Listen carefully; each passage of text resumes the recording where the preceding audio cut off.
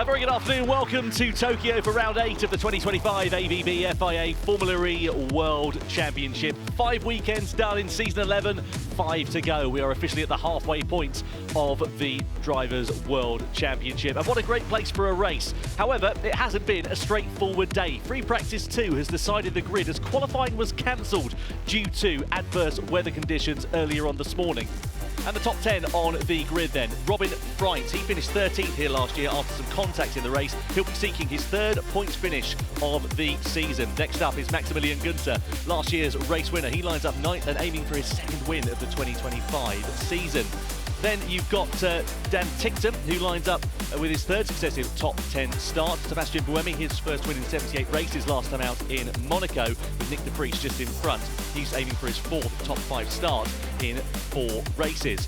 Taylor Barnard, no points in Monaco and in the wall in FP1. He's got Norman Nato for company, and he'll be seeking his first podium of season 11, the Frenchman from 3rd on the grid. Eder Mortara started 3rd here last year, but it was disqualified after a technical infringement, so he'll be hoping to make right the wrongs. And Oliver Rowland has his 2nd successive pole here in Tokyo, aiming for his 4th win of the season and to extend his 48-point lead in the Drivers' Championship. The green flag is waved at the back. When the checkered flag falls, who is going to be fast and who is going to be furious as we wait for the 5 red lights to come on? And Formula E is go in Tokyo.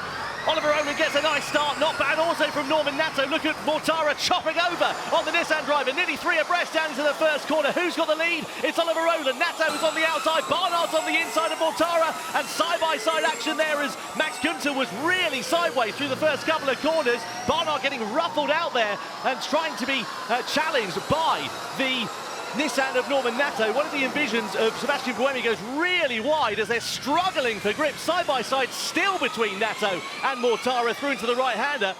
Buemi, who's gone in for attack mode early here, isn't he? He wants to get into the lead of this race as soon as possible. There's so many places to be gained where the pack is so close together, so this is the strategy that they opted. Well, look at him now, he's all over the back of Norman Nato, and this is going to be an easy pass as he comes out of the final corner. 4-wheel drive traction and an extra 50 kilowatts of power. Buemi is up and into 4th place then, ahead of the Nissan. His next target will be Taylor Barnard, and you can visibly see how much faster he is as he exits out the final turn and will blast alongside the Neil McLaren driver down to the first corner. Has he got the grip under the brakes? And into turn 1, side by side they go. Buemi's got the inside line, he's got track position, he's got 3rd. Here he is in the box, and now he comes back out and into the race. So he'll be out of sync compared to everybody else at the moment, but of course it'll all work out in the long game here for him. Oh, red flag. Red flag is out, so the race has been suspended. Oh no, Maximilian Günther's come to a stop. That's down at turn 13, and if that's not going to be able to be recovered quickly, or if he can't get the car going, that could be absolutely critical. So back to the Van Dorn scenario then. So he's down in 21st at the moment, but he's made his pit boost stop. He's gained a net amount of time over. This is what happened for Nico Müller last time out in Monaco. Rowland is still trying to build out an advantage, but is he going to go in at the end of this lap, do you think? I would stay out a little bit longer. The track's clear, and if you get a full course yellow, you're going to be massively gaining an advantage. So, I mean, there's no reason to dive into the pit lane at this moment. The others could start pushing on and take attack mode. Exactly what Rowland's done.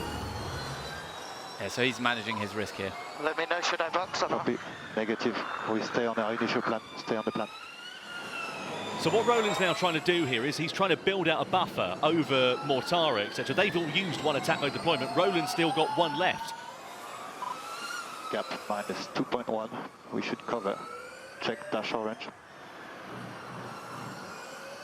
So Rowland now into the pits as well as Eder Mortara at the start of lap 24 then. From what I understand, that's hit 2.1 seconds to Barnard, who they're racing for. Now you see Van Dorn is ahead of Rowland. Yeah, so Van Dorn has been able to cycle through. It's working out nicely, and he's got an attack mode deployment. He's laughing all the way to the bank at this point in the race, is Stoffel Van Dorn. We know that he has got a nice, comfortable cushion over the rest of the field, but has he made a mistake down into the first corner? Oh no, he spun it. He spun it at turn 2, well, Stoffel Van Dorn. And he hit into the wall. I mean, this is the problem when you got 25 seconds of lead. Maybe you're not concentrating too much, you're focusing on what's going on behind you. He needs to get his concentration back on point.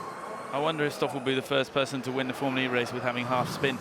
Well, there's actually a good possibility he could win a Formula E race with the largest ever winning margin in Formula E. He goes in for his final attack mode deployment now.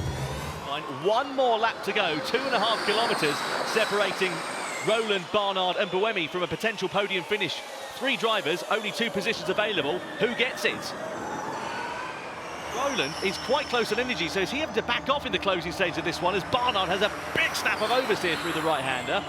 This is now or never time here for Taylor Barnard. You can see him harrying the car, sliding all over the place as we come down in towards turn 15. He's not close enough to make a lunge through there. Meanwhile, we see the Maserati of Jake Hughes up the road. Here is his teammate, though, Stoffel van Dorn. He's not had a victory since Monaco in 2022, but he does so now. Stoffel van Dorn wins on the streets of Tokyo here for Maserati MSG. 2 wins in a row for that outfit here in Japan. Absolutely phenomenal, commanding drivers.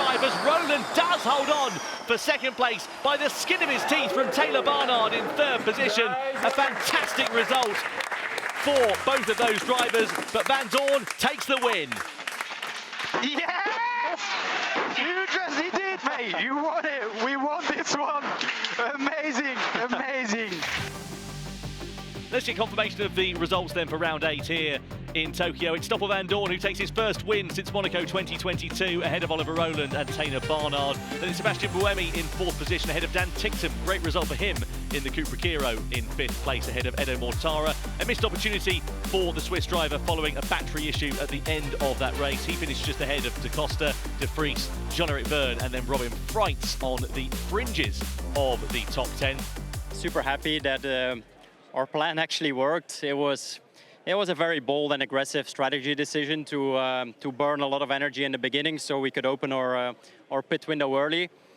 Then obviously we were the first ones to pit, and we got a bit lucky with the red flag that the field got bunched up again. So yeah, after the restart, it was very difficult to bring the car home. A lot of management to do with giving codes to the team.